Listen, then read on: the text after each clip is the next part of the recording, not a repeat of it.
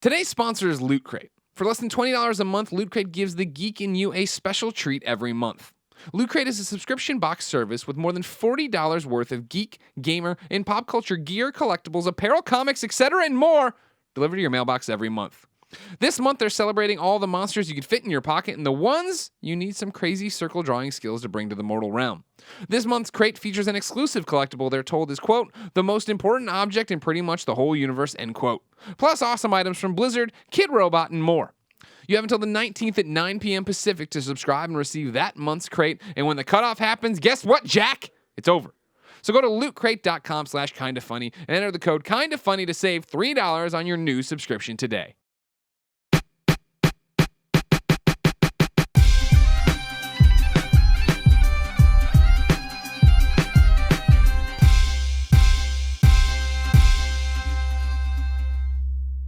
Tim. Yes. What's your topic? So my topic is spurred from an experience I had recently in a supermarket where I was walking and I was buying some stuff. As you do. It was Target. I was buying some stuff in Target. They can be which a is now super Target. supermarket. Yeah. Yeah. And I was at the little cash register thing, and my eye was caught by Cosmopolitan Oh, Cosmo. next to a Maxim. Oh, Maxim. And I was like, huh. They get me every time. And I just had this realization that, like, every single time I walk by this, I look at it. They're the masters of thumbnails and headlines. Oh, sure. Right? Yeah. I'm just like, I need to know.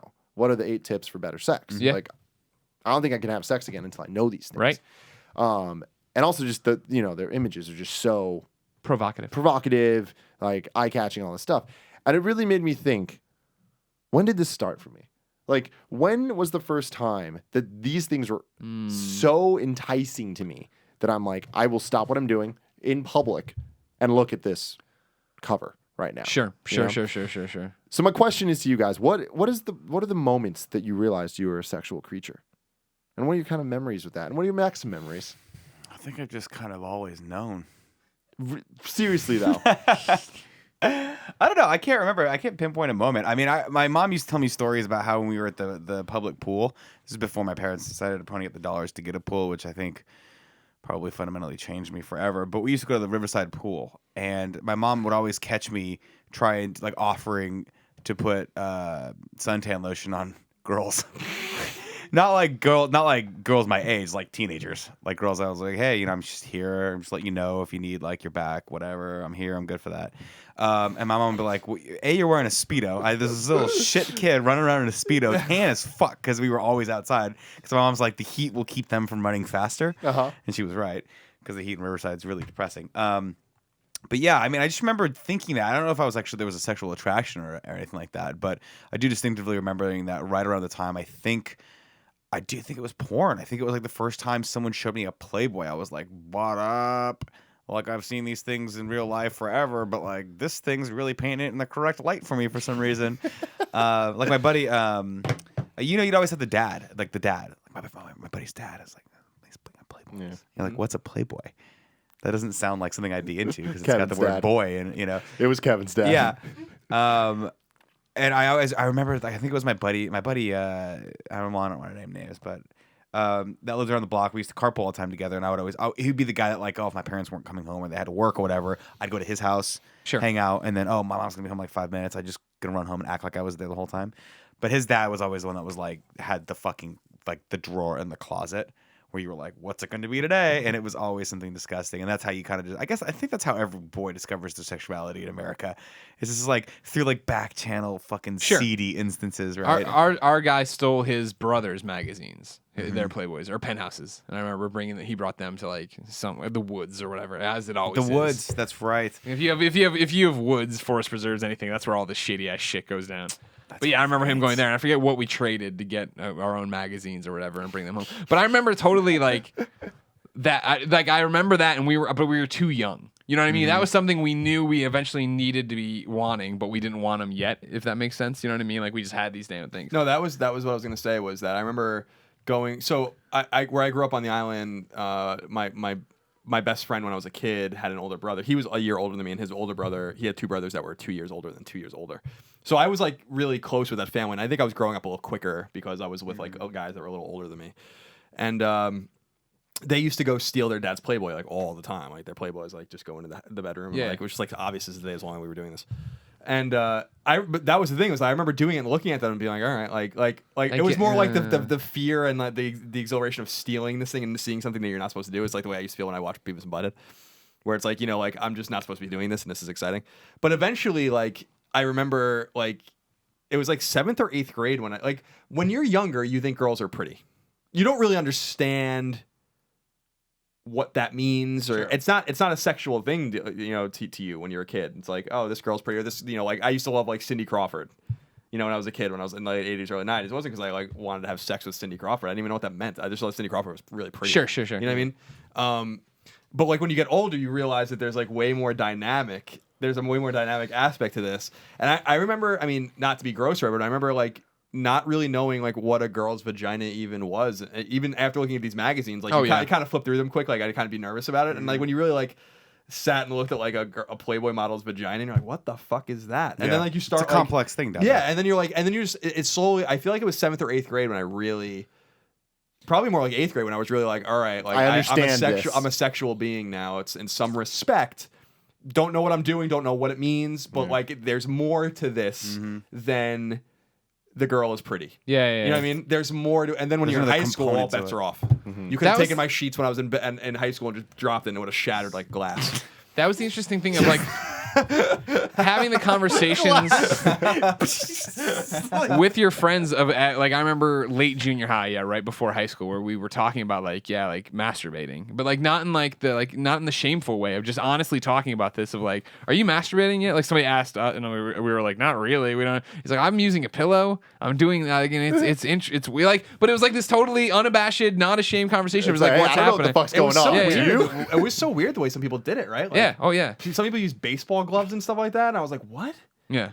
That's so weird. People get nuts, man. I realized when I was younger, I make Cheryl laugh about this because she's like, I'm like, there's just certain rules that guys learn at some point. And I'm like, rule number 1, no shampoo, no soap. And everyone learns that the hard way, and you will learn it, and you will never use those again, even though the shower It took me about 6-7 times. I was like, nah, let's try that. There it is. Because it just makes sense while it's happening. Yes. It's just the aftermath. Oh, that thunderstorm that's coming. I'm with you, though, because I remember thinking, I think when I was in 5th grade, I had a crush on a girl. And I ended up, like, quote-unquote, dating, whatever the fuck that means when you're in 5th, 6th grade. Sure. Dating that girl. She lived in the neighborhood. You would do that thing where you'd, like, I'd, like, rollerblade over to her house or whatever. I did. I would rollerblade over and be like, is she there? Whatever. You couldn't call her. I didn't have her number. And even if I did, I was mustering up the cojones to actually deal with talking to a parent at that age. But I do remember that a large fascination, not fascination, but a big component of that was just sort of that I liked her. It had nothing to do with sexuality. Right, it wasn't sex. It wasn't that I was like, I'm going to get in this girl's pants. I had an attraction to her just because I was like, this girl is special to me. She makes me feel good. I just want to be around her more. It's more of a romantic affection than it was anything sexual. And I think it wasn't until I got into probably like junior high and I experienced for the first time a girl's attention that I didn't necessarily romantically care for. That was, I think, when I was like, oh. Yeah. There's a different side to this where there was just a purely physical, purely sexual, I guess, side to this that I didn't even know, because up until that point, I had a girl that I was like, I like this girl a lot, and we're just spend time together. We hold hands, maybe we kiss. It'd be amazing if we kissed, but I'm not gonna, like go on a limb. That's what I was gonna say. It's because like I used to go out with girls. Sure.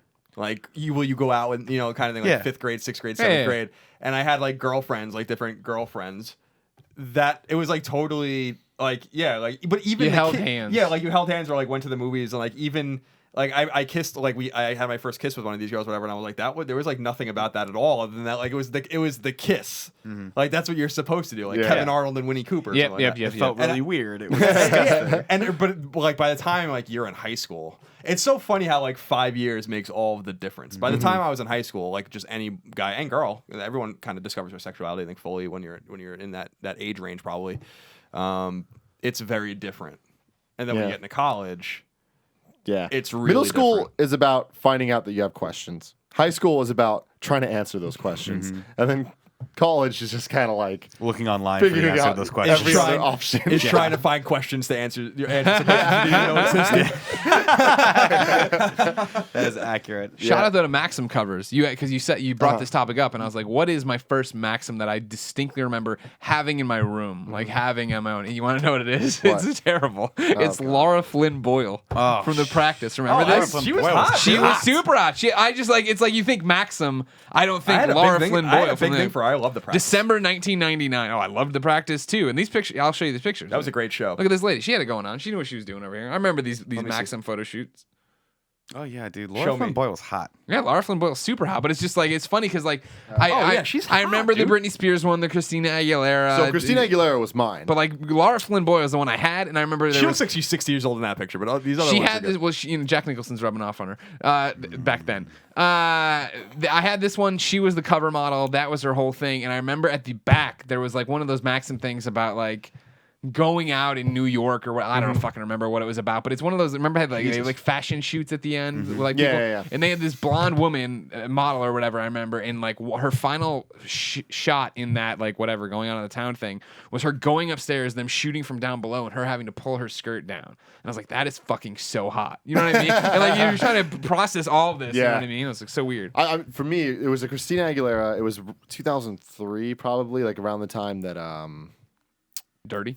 the Dirty. She was like dressed like that in the Yeah, Dirty, that- and she was in like this like inner Game tube changer. thing. Yep, I remember that this was one. like Distinctly remember this one. everyone in I middle know, school I was know. like, I know that holy video. I was in shit. college when that video came out. And I know yeah, that and video. that I was like, just oh such a my game God. changer. And then a couple months later, Jessica Alba did a Maxim shoot. Yeah, and I just but, remember that. was And she I on was the- like, was she on everyone, the stop water? what you're doing. Huh? Was It there she was on water the beach. involved? She was on the beach. Ugh. And it's just like it didn't make sense. But yeah, I mean, I've said this before, but like I feel like my first sexual awakening was Idle Hands. Seeing her, I'm just like, holy shit. Because the Pink Ranger, I thought she was pretty. Right, exactly. You know? Exactly. But That's what I felt then- about DJ Tanner. Yeah. But then I got a lot of questions for you on that one. That's then okay. the Pink Ranger I had a sexual thought about in Susie Q in the Disney movie that I talked about where she like is like getting into her prom dress. And that's when I was like, oh. I had that moment where I'm like, I don't just think you're pretty. Like I'm a man. Yeah, You I'm know? a man. I now. wanna Pink know- Ranger has I made wanna me know a what man. else And you got. Susie Q. I had a huge crush on DJ when I was a kid. Candace Cameron? Yeah, like, but, You like had in- a crush, like as She like was the girl next door.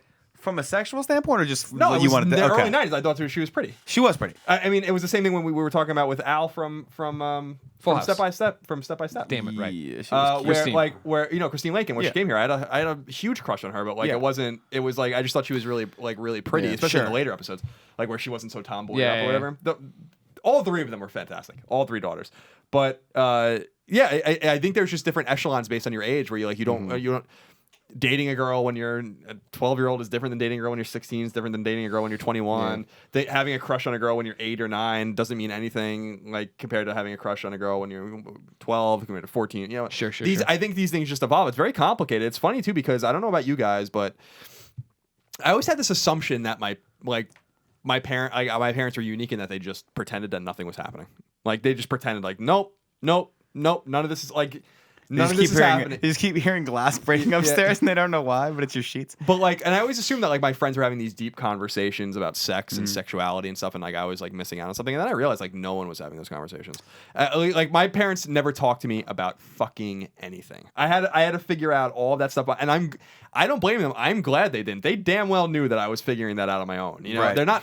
That's the other thing too is you think you're getting like one over on your parents. Like I dated a girl for a couple years in high school. She was my girlfriend. I used to have her over, and like we would just go upstairs or whatever like that, and I'd be like, oh, like, my dad has no idea what, like. We're making out on my bed or whatever like that. My dad's like, oh, fucking idiot. He just doesn't want to deal with it. Yeah. He's like, I can't. It's not worth it. He's like, I just don't even want. Like, I know in his head, he was like, every once in a while, he would like come upstairs or like call me down. Jiggle a Just- doorknob or something Yeah. and be like, hey, Colin. Oh, no, and I see, told you, I told you when I was in college, the last time I left home in 2005, I had a lot of girlfriends in college.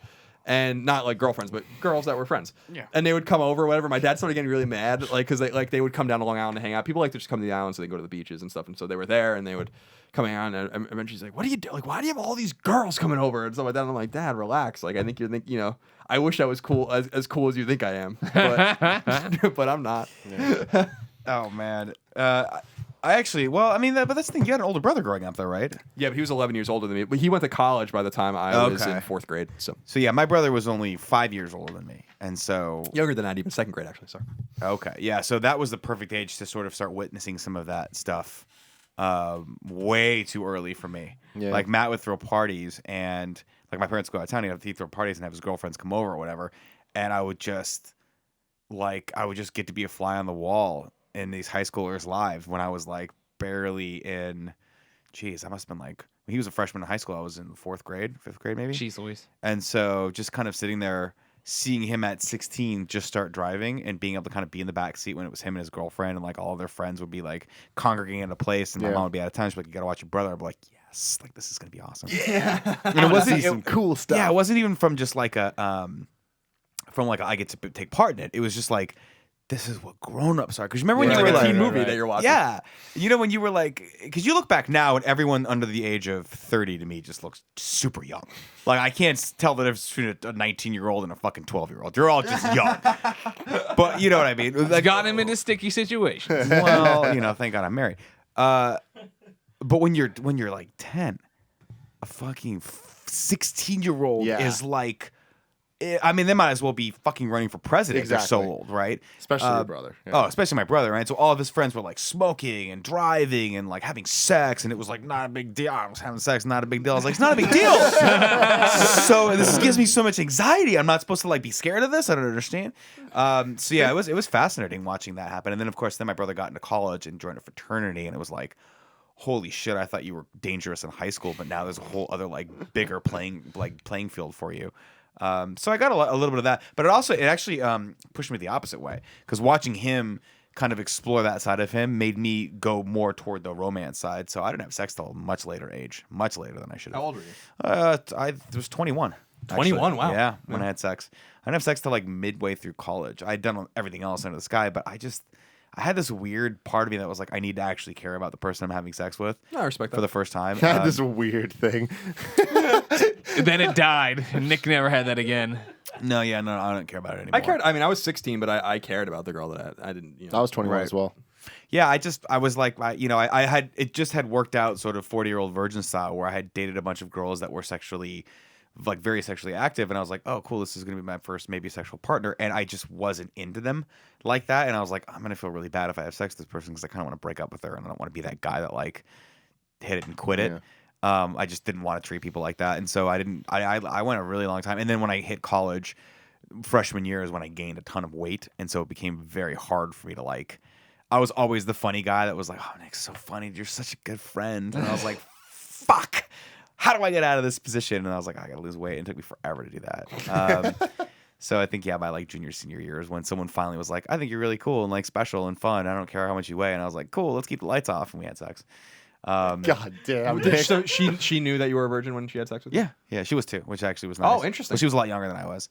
I think I was like a junior and she was like a freshman. But it was fine. She was like A lot younger. A lot younger. But that's the thing, though. Yeah, Well, it college feels, younger. yeah, Yeah. I know. Speaking of the age difference, like I remember when I was really young and Summer Sanders.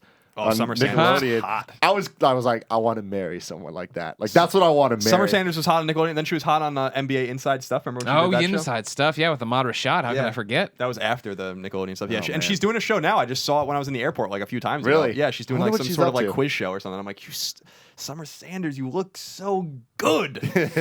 God bless you. God Summer bless Sanders. you, Summer Sanders. Yeah, I remember the sorry, I decided Totally, doing the thing. you ruined it. There was no natural endpoint there. That was it right there. I was Didn't going to feel say, it. Was God it bless natural? you, Loot Crate. Oh, that and was I was good. going to go right See, into it's a it. segue. It's a natural segue. You suck. I just want to say the first time that I remember seeing people naked that weren't family members was Titanic. Oh, yeah. So Yeah, seeing shout the out- big shout movie out on to the screen, that. yeah. Yeah, like holy shit. But then I remember the first time I saw like full nakedness was. So do you guys remember those playing cards with naked people Yeah, on them? of course. Like, what was the deal with those? People How like naked people. But they were everywhere. Like, I remember you guys were talking about all these Playboys in the woods and woods. stuff. For me, it was like you couldn't go to a playground or a park or anything without those cards, without finding one in a sandbox or in a freaking tree or You just just had like, a bunch of perverts here in San Francisco. maybe, I don't that's all. know. Those things were everywhere. I almost collected an entire deck. That's not true. I will say this to close because it was asking like the first time you saw full nudity. I remember Yeah. the first time I saw people having sex, like really paying attention. It was just it's a really hot image. Like I could still see it in my head of like a guy holding a. This like, in real life? Yeah, no, not real life in a All right. magazine. Okay, it was okay, like it was like some Playboy, and it was like a sex party they were having or something like that. And some girl just had her legs. He was like holding her ass and like had her legs wrapped around him, whatever. And they were just in a corner. And I was like, that is the hottest thing I've ever seen in my life. And I was like, that's what sex is, I guess. Realizing I'm not strong enough to hold a woman like that. You do, you know. Yeah. You just kind of lay down. It's fine. It takes care of It's itself. hard, Ken. What are you shaking your head at me for? Kev, we're not all built like you. We're not all built like PK Fire Nest alternates. PK Fire Nest meets French Holy sailor. Ladies and gentlemen, that topic was brought to you by Loot Crate. As always, Loot Crate, thank you for sponsoring this madness. They say, would you classify yourself as a geek, gamer, or pop culture nerd? Then Loot Crate is a subscription box for you. Loot Crate is a subscription box service with $40 more plus worth of geek, gamer, and pop culture gear, collectibles, apparel, comics, etc. delivered to your mailbox every month. Make sure you head over to lootcrate.com/kindafunny and enter the code kindafunny to save $3 on any new subscription. Tim, Yes. would you like to know what the theme is? Of course I do. They say, call forth some hard-hitting companions and get ready to summon an epic Loot Crate. They're celebrating all the monsters you can fit in your pocket and the Yeah. ones you need some crazy circle drawing skills to bring to the mortal realm. What does that mean? The circle drawing? Is that D&D or is that some kind of game that's like Digimon-y now? Yeah, I don't know. Well, They're definitely talking about Pokemon. I mean that drawing a circle like a pentagram or whatever is a way you summon That's just monsters it. in witchcraft, or summon summon things in witchcraft, or at least and that's in video games and stuff too. Okay. This month's crate features an exclusive collectible they're told is, quote, the most important object in pretty much the whole universe, plus awesome items from Blizzard, Kid Robot, and more. Of course, you already know Loot Crate. It's basically this friend who knows you, sends you all these cool things. They shipped over 13 different countries, and you have until the 19th at 9 p.m. Pacific to subscribe and receive this month's crate. When it's over, so don't miss it. Go to lootcrate.com/kindafunny and enter the code kindafunny to save $3 on your new subscription today. I'm excited to see what's in this one. I want it. You think it'll be a Pokemon? You like Pokemon a I lot. think it's some Pokemons. When it came to mind for me was summons was like Final Fantasy and like summoning monsters. Yeah. I thought like a court summons. Oh, like like you open some- it up oh, and it's those just are you've super been- fun. You've just been It's summoned just to a guy. go to my fight. favorite. A guy in a Loot Crate shirt knocks on your door. He's like, "You've been served," and then just hands you the wallet. Damn it! You gotta go be on a jury. Ladies and gentlemen, this has been the Game Over Greggy Show. Each and every week, 4, sometimes 5 best friends gather on this table, each bringing a random topic of discussion for your amusement. If you like that, head over to patreon.com/kindafunny. Throw us a few bucks and get every episode early. If you don't have any bucks to throw, no big deal. Head over to youtube.com/kindafunny where we break it up topic by topic, day by day, until we post the entire show Friday as a full MP3 and, of course, video. Gentlemen, Yes. I'm glad we're here. Me too. I'm glad we're home for a while. I'm glad you guys aren't sick anymore. Portillo's. On cue, Portillo. Until next time, it's been our pleasure to serve you. And for all the people. Nope, I said it's Hey, over. you That's can't how end the it. show You ends. can't end there, Greg. Because all the people out there hot. that subscribe to us on Patreon at the level that they get the thank you on screen, they need to know that next week they're going to be thanked. Yeah, because we were So supposed they to do should it this come back. week. Yeah, we messed were that supposed up. to do it But it's this okay. week. I'm letting them know All so right. that they can come back next week and see their pretty names. Oh, here. And if you want your name there. I mean, we could have just done it right there. You could have, right, bam, it's happening. No, but the No, problem it's- is, And now, it's the end I of don't the think okay, it's so gonna last take that it off, long. Kevin. Yep. Take it off. Take it off. So come back Next next week. week. It's going to be a grand old time.